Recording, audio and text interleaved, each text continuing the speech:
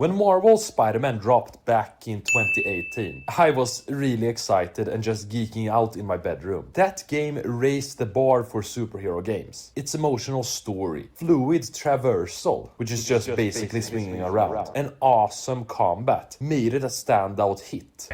I know Spidey taught me equipped for this. Stop, criminals! Gonna end you! Hit that! Ah, crap, lost him!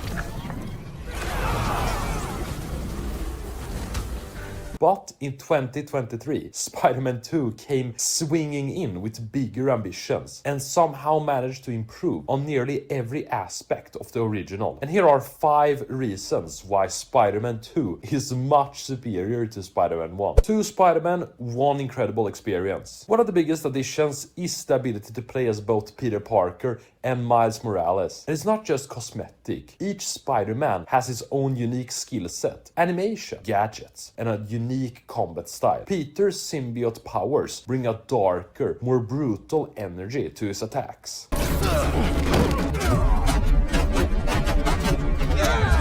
While Miles builds on his Venom powers with new bioelectrical abilities.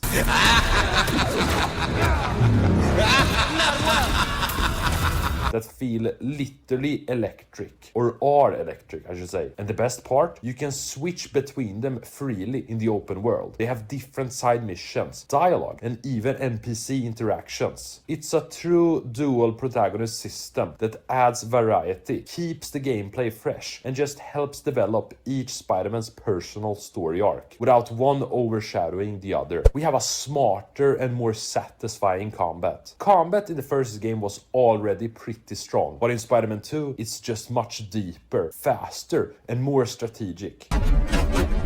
Okay, maybe saying that it's more strategic is maybe a bit over-exaggerating, but you get the point. The parry mechanics just add a new timing-based layer to the game, encouraging players to react intelligently rather than just dodging and striking all the time. I gotta be honest, I was pretty shit at this parry thing. My friend was doing it all the time when we were playing next to each other, but I was a pretty shit at just jumping away all the time. Peter's symbiote mode is raw and just unrelenting, giving you explosive power moves, while Miles used his evolved Venom powers that are just perfect for crowd control and mobility. New enemy types just force you to constantly adapt. Some enemies demand parries, while others have shields or advanced tech. And the result? No fight feels repetitive. It's constantly pushing you to use your full toolkit. A new New York that just feels bigger and more alive. The open world has expanded dramatically. Queens and Brooklyn are now fully explorable, nearly doubling the size of the original map. Each borough has its own feel, from suburban streets to waterfronts and construction zones, making the swinging around parts even more visually rewarding. Web swinging is still smooth and satisfying, but the addition of web wings changes the game, for me at least. Gliding through air currents across bridges and just open watermarks makes the movements faster, more dynamic, and just flat out fun. Oh my god, I was having so fun doing this, man. The city is also more reactive now, with better NPC interactions, which maybe isn't a big deal for everyone. Definitely not the biggest deal for me, if I'm gonna be honest. But still, it's definitely an improvement from some of those horrible NPCs in the previous game. Which ones am I talking about? Those on the boats, man. They looked really scary, like super blurry, and it looked like a PlayStation 1 game.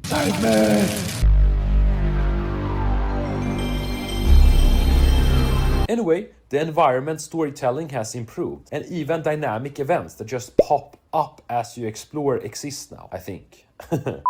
We have a story with higher stakes and deeper emotion. If the first game was about becoming Spider-Man, this one is about what it means to stay Spider-Man under pressure. The story dives into different themes. Themes of responsibility, control, friendship, and loss. Especially with the introduction of the symbiote and how it begins to change Peter. Peter, man. We get memorable new villains like Kraven the Hunter. From the start, from the get-go, he's a big threat. And of course, Venom, who isn't isn't just a monster, but a personal, emotional consequence for Peter. The stakes just feel higher, the pacing is tighter, and both Peter and Miles get real emotional arcs. It's darker, more personal, and ultimately more rewarding. Built for next gen, and it shows. This game was made from the ground for the PS5, and it takes full advantage of the hardware. The visuals, man, they were pretty beautiful, pretty stunning, with these called ray-traced reflections, dynamic lighting, and ultra-detailed environments. The city just breathes with life and weather effects, and transitions are practically seamless thanks to near instant loading. But the real standout, the DualSense controller, man.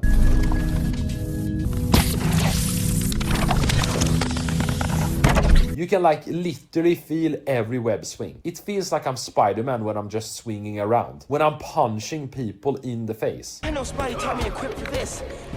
When I do the Venom blast, the whole controller just vibrates, and it's pretty nice feeling in my hand. And when I go into this Venom mode and this horrible Venom is just speaking to me. Speaking in my ear in the middle of the night and just scaring me. So, how do we wrap this up? Spider-Man 2 doesn't just rest on the success of the first game. It pushes the franchise forward in every way. Dual protagonists, richer combat, a bigger world, deeper storylines, and true next-gen polish all just come together like a spider web to deliver one of the best superhero games ever made. It's bold, it's ambitious, it's confident, just like all the heroes in the center. Whether you're here for the story, the swinging, or just the symbiote fueled chaos that we get. The symbiote speaking to you through the controller.